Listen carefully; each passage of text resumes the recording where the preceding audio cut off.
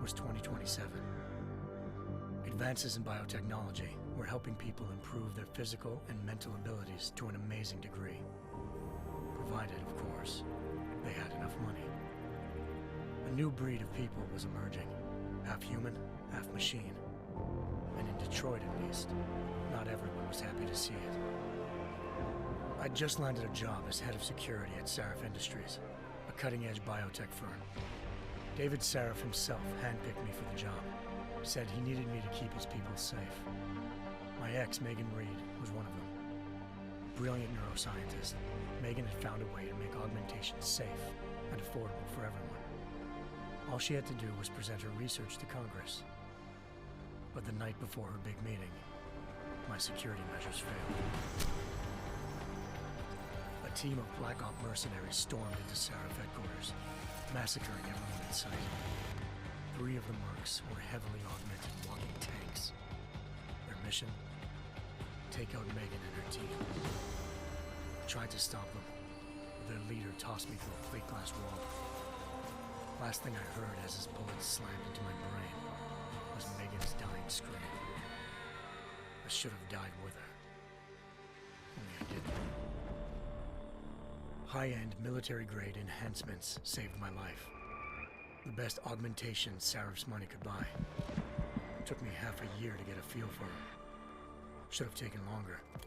But 6 months into my recovery, Sarif Industries was attacked again. This time, by a radical group of pro-human purists. Violent, militant, and fanatically opposed to human augmentation. They claimed to be members of Humanity Front, a non-profit organization that wanted the UN to limit biotechnology research. The thugs broke into Sarif's factory and found machinists working overtime on a top-secret military augment called the Typhoon. Sarif sent me to retrieve it, and when I did, I found one of the so-called purists next to it, wired with cerebral implants, trying to download its classified specs. Obviously, something more was going on.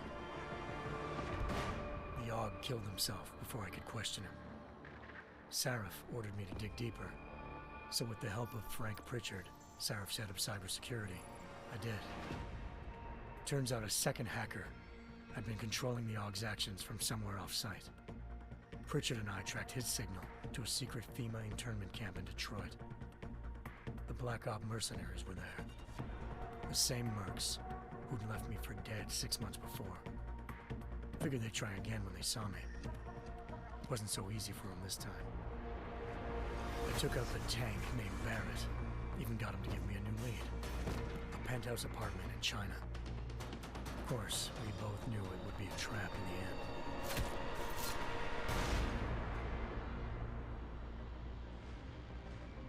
Hengsha Island, China. Home to a city so crowded, they had to build a second city on top of it. Trying to find clues in Hengsha wouldn't be easy. Lucky for me, I wasn't alone. Farida Malik, Sarif Industries' ace pilot, had lived in Hengsha before. A good person to have on your side. She knew enough about the place to get me around. Malik dropped me in the lower city, close to the penthouse Barrett had told me about. Bell Tower Associates, a private security firm under contract to the Chinese government, had agents tossing the suite when I arrived. Just not for the reason I'd been expecting. Turns out the man who lived there was a criminal hacker named Van Bruggen. The same hacker who'd been remotely controlling the AUG in Sarif's factory. Van Bruggen's panicked decision to force the man to commit suicide had been a mistake. Now his mercenary partners were gunning for him, and I needed to find him before they did. Locating Van Bruggen meant playing nice with the Triads, Hengsha's organized crime lords.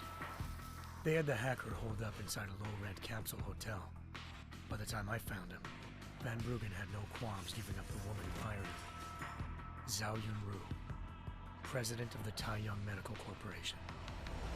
According to Van Bruggen, Zhao wanted to monopolize the augmentation industry and had hired Black Op mercenaries to destabilize her competition. Sarif Industries was at the top of her list. To prove this, I needed to get inside TYM and grab a surveillance hologram off a server. I I suspected Van Bruggen was hiding something when he told me this, but nothing could have prepared me for what I saw. Megan wasn't dead. She and her 4 best researchers had been kidnapped, spirited away somewhere while their kidnappers made it look like they were dead.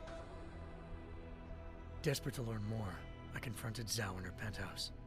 She claimed to be a pawn in a bigger plan, and hinted at a group so powerful it controlled global interests at a whim. Then she slipped into a panic room and hit the alarm, forcing me to make a very quick exit. I figured Zhao was lying, but part of her confession made sense. David Sarif had been worried about his people. So worried, he'd required all of them to have subdermal locator devices surgically implanted. The GPLs would have been broadcasting the day of the attack.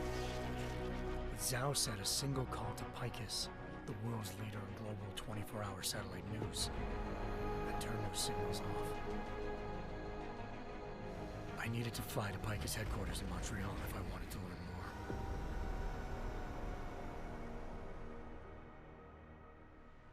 Eliza Cassan, Picus Communications' First Lady of News. Malik thought I was reaching when I told her Eliza was involved in this. The world's most famous news anchor, working with a mercenary hit squad.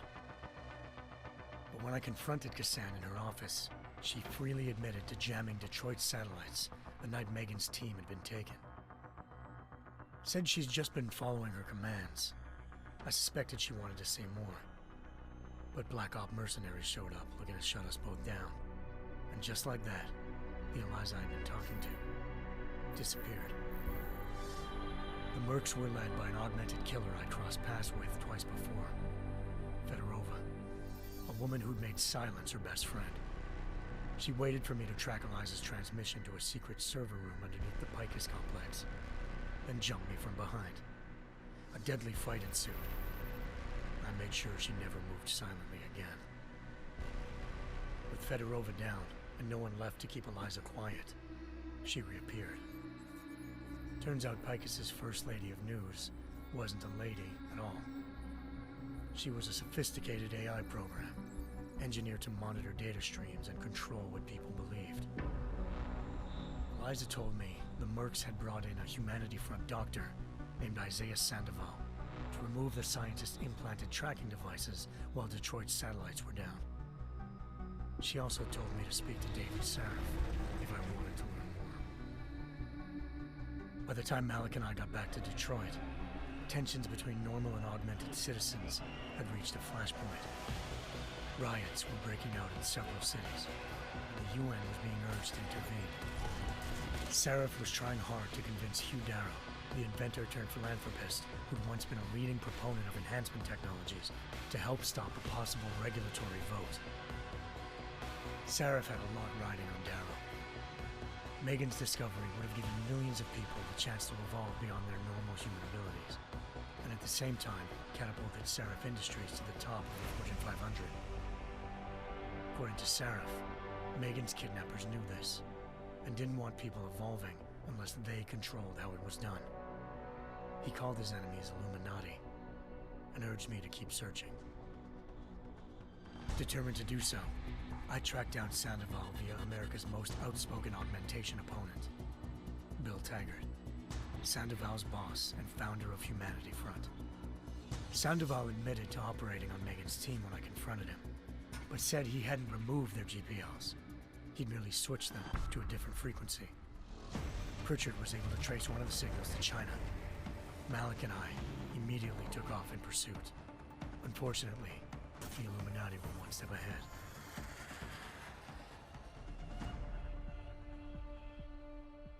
Ambushed. Shot out of the sky by Bell Tower Associates, seconds after entering Hengsha's airspace. Malik's piloting skills saved me. After a tense and bitter struggle, I escaped into Lower Hengsha.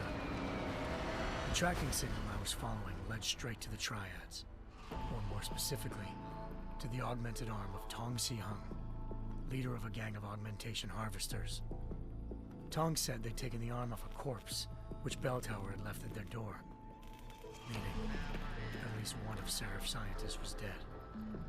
Maybe not the rest of them, though.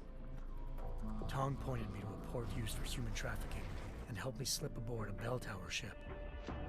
It was sailing to Rifleman Bank Station, a military base in the South China Sea.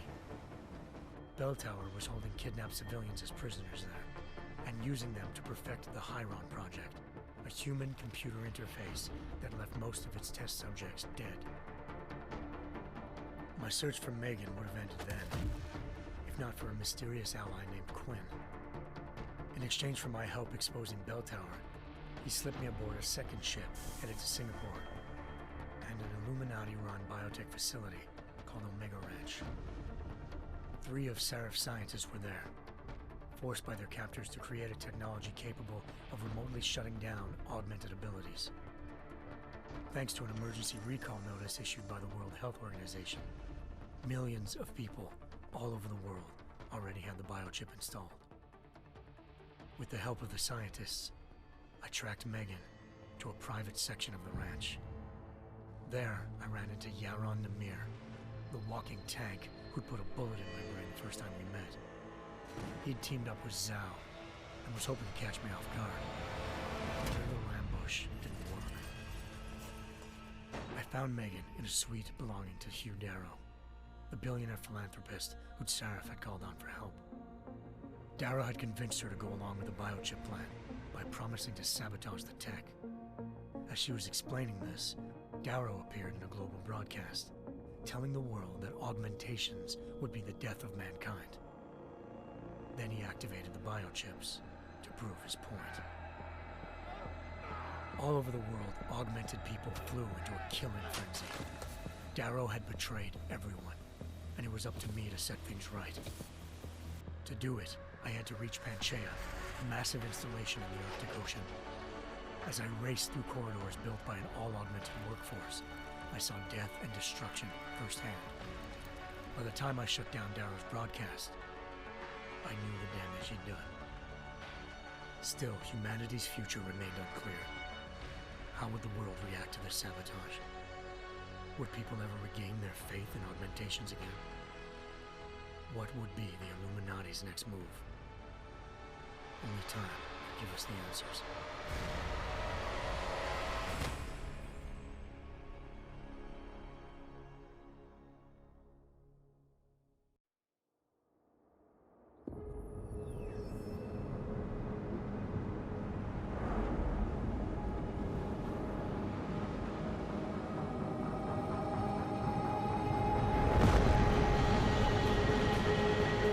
I once thought I could save the world.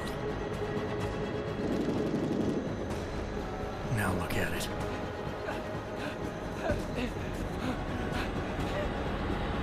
In yet another augmented terror attack, 251 passengers aboard Sister Airlines Flight 451 were killed when an augmented passenger broke into the plane's cockpit and ruthlessly butchered its flight crew.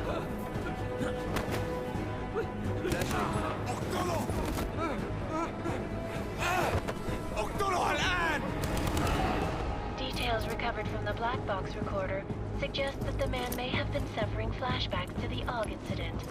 That horrible day 2 years ago when augmented people all over the world flew into a psychotic killing spree, causing the greatest loss of life in recent history. Sometimes, you just have to let go. And embrace what you've become. Not gonna go all wonky on us now, Hansa, are you? Well, if I do, McCready, I guarantee you'll never see it coming. Agent Jensen! Am I gonna have a problem with you? No, sir. No reason to assume you would. Good, because you are the only augmented operative on this team, and I intend to make good use of you. Listen up, all of you. We got a sandstorm barreling down our ass and we can't afford to make mistakes. We're going after this man, an arms dealer named Shepard. He's ex-Bell Tower, one of the Special Forces commanders who disappeared during the incident. And he's come out of hiding. That cannot be good. It's not. He's selling weapons and military-grade augments to terrorists. This is Aran Singh, the undercover agent who lured Shepard out of his hole. Best you see Interpol's got. For 3 years he's worked hard to get in tight with the Jinn, an Iraqi smuggling cartel that's infected the Eastern Hemisphere like a plague. Last week, our arms dealer sent a message to the Jinn, offering to sell them a shitload of black market merchandise dirt cheap. They told Singh to handle the buy. They're not gonna like it when Interpol disrupts their party. Singh's cover really that good? It is right now. We need to keep it that way. This is where the deal's going down. A half-finished high-rise hotel that's been abandoned ever since the incident. It's not a pretty picture inside. Let me guess. Most of the laborers were augmented with heavy-duty industrial rigs. So when the incident hit, and they all went schizo, things got gruesome real fast. And no one, except for some homeless junkies, have been inside the place ever since. So what's the plan, Director? Singh's meeting Shepard on the ground floor, inside the hotel's main atrium. He sent the bulk of his Jinn crew to the penthouse levels to secure a vantage point.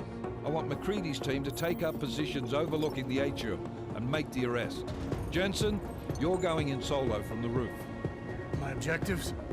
Keep the Jinn from joining the party.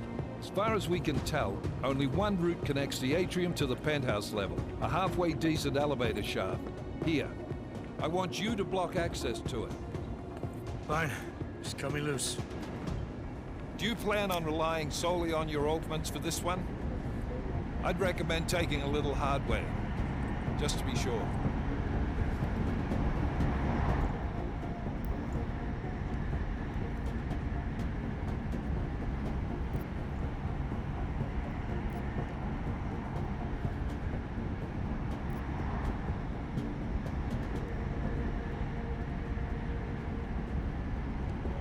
We've got a UC in there. Might be easier to maintain his cover if he's not the only one still breathing when this is done. Smart thinking. Yeah, but if anything does happen to him, you'll be telling his wife. After you get out of the hospital, of course. What about range? There's lots of wide spaces and high ceilings in there, but a number of tight and constrained rooms too. So it's a crapshoot, really.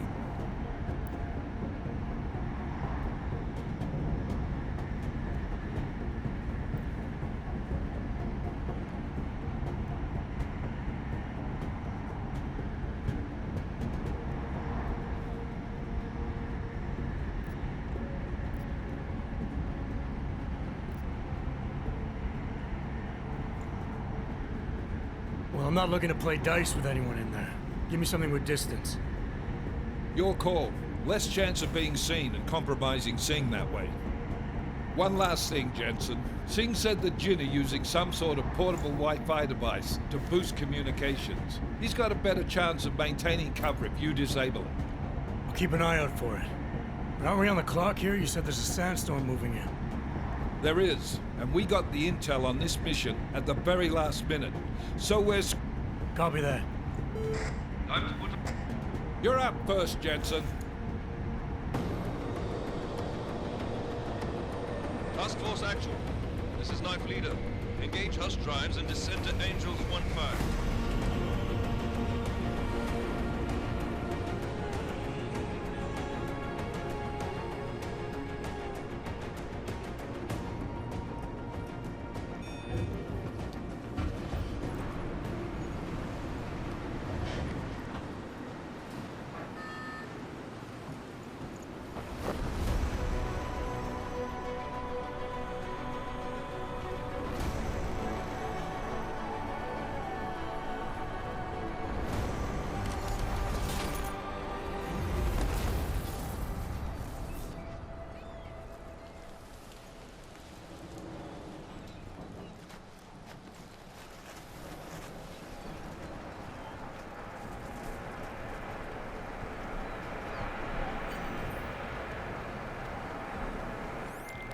Team leader, this is Jensen. I'm on the roof. Solid copy.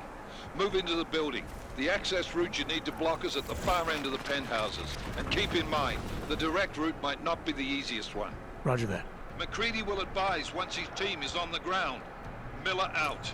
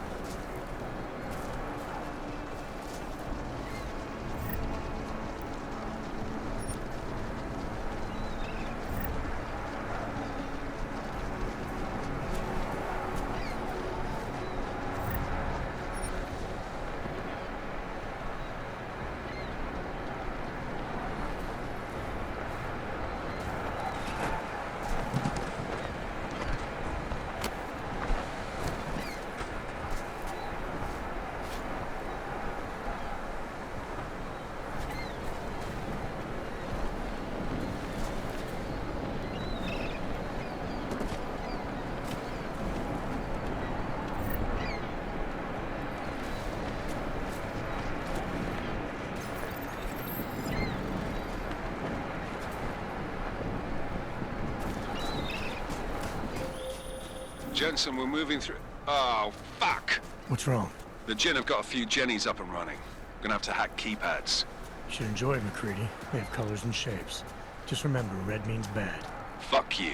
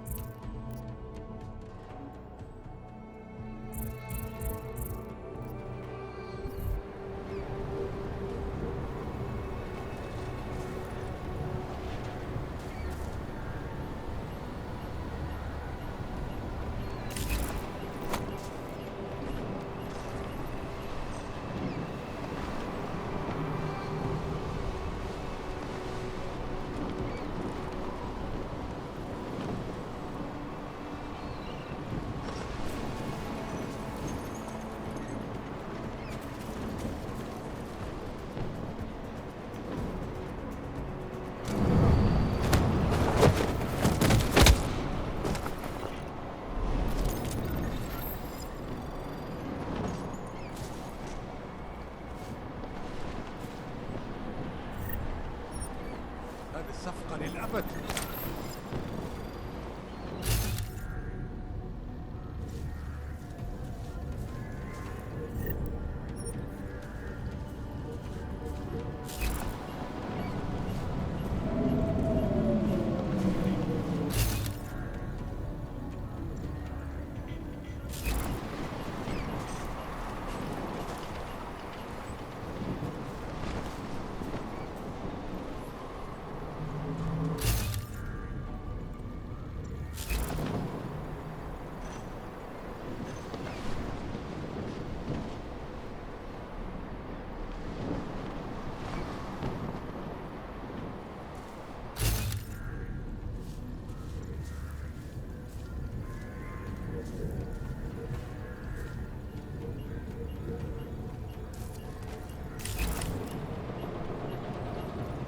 الرياح بدأت تعصف.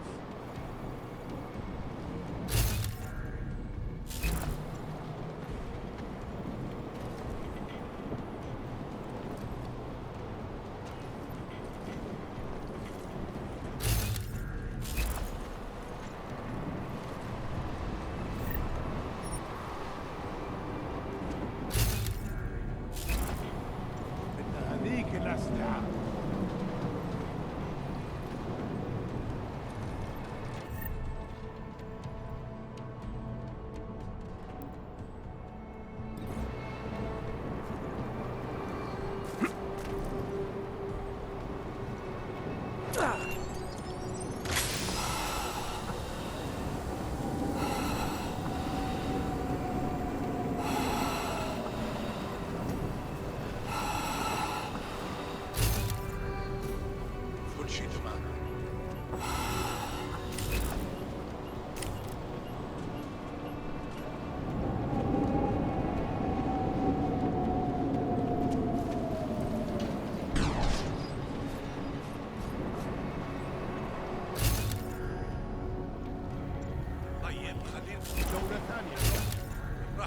محاميين.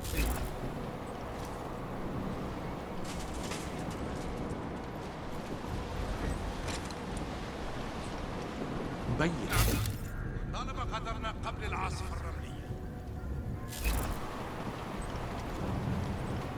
العاصفة راح تكون هان عن قريب.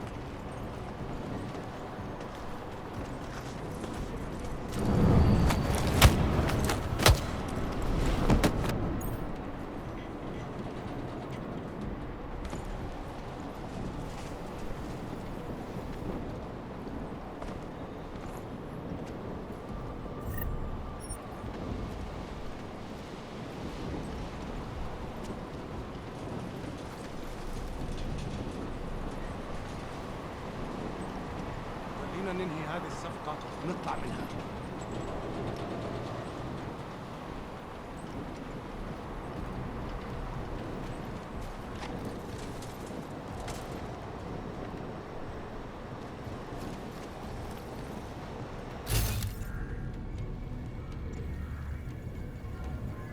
العاصفة راح تكون هان عن قريب.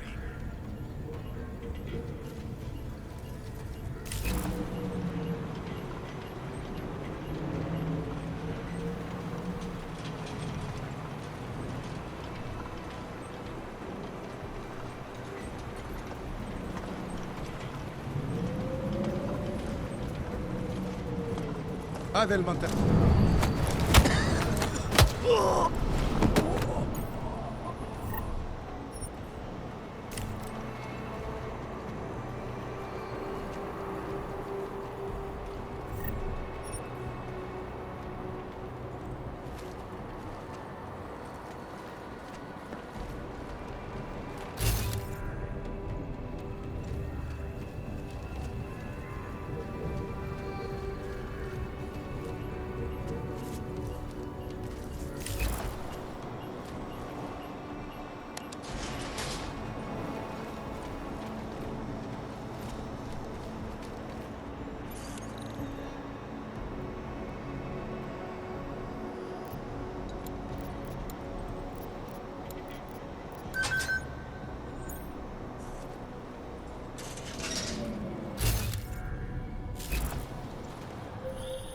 Jensen, Mac, listen up. Doppler shows that sandstorm's moving in fast. It's big, and it's gonna hit us hard. God, I hate the fucking desert. Confirm visual? I can. Time is not on our side. Copy that. Solid copy.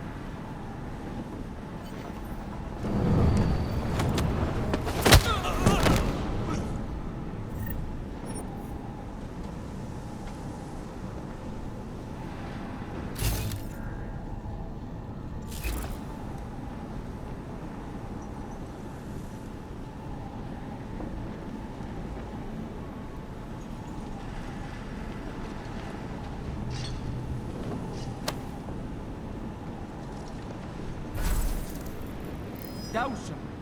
دايما بيكون في حاجة تعكنن علينا.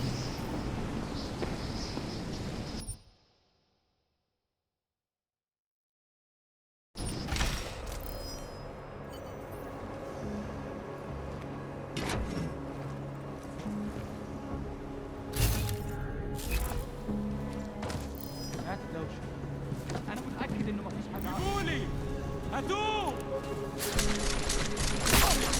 المصلحة بتاعتنا.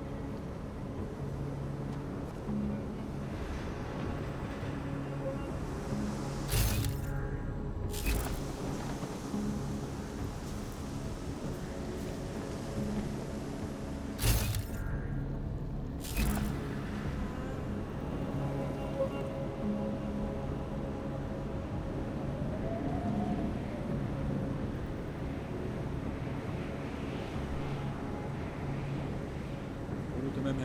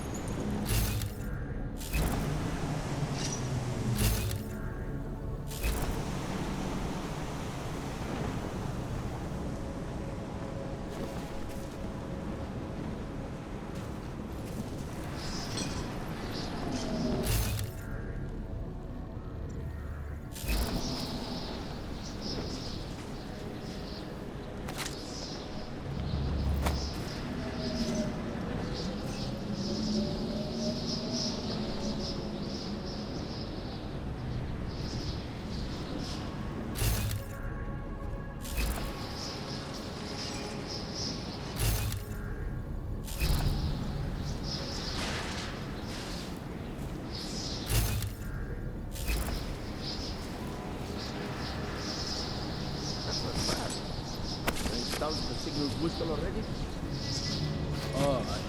المخزن الموجودة على سطح عشان تكون من الرمل. Good. There is too much riding. The last thing we need is the gums breaking down. فهمت. يلا نبتدي نتحرك.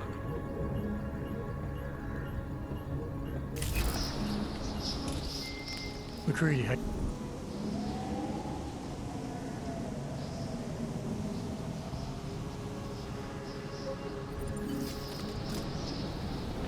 That was fast. They installed the signal's whistle already? عشان المخزن من المخازن الموجودة على السطح عشان تكون بعيدة من الرمل. Good. There is too much riding in this thing. Last thing we need is the gums breaking down. فهمت.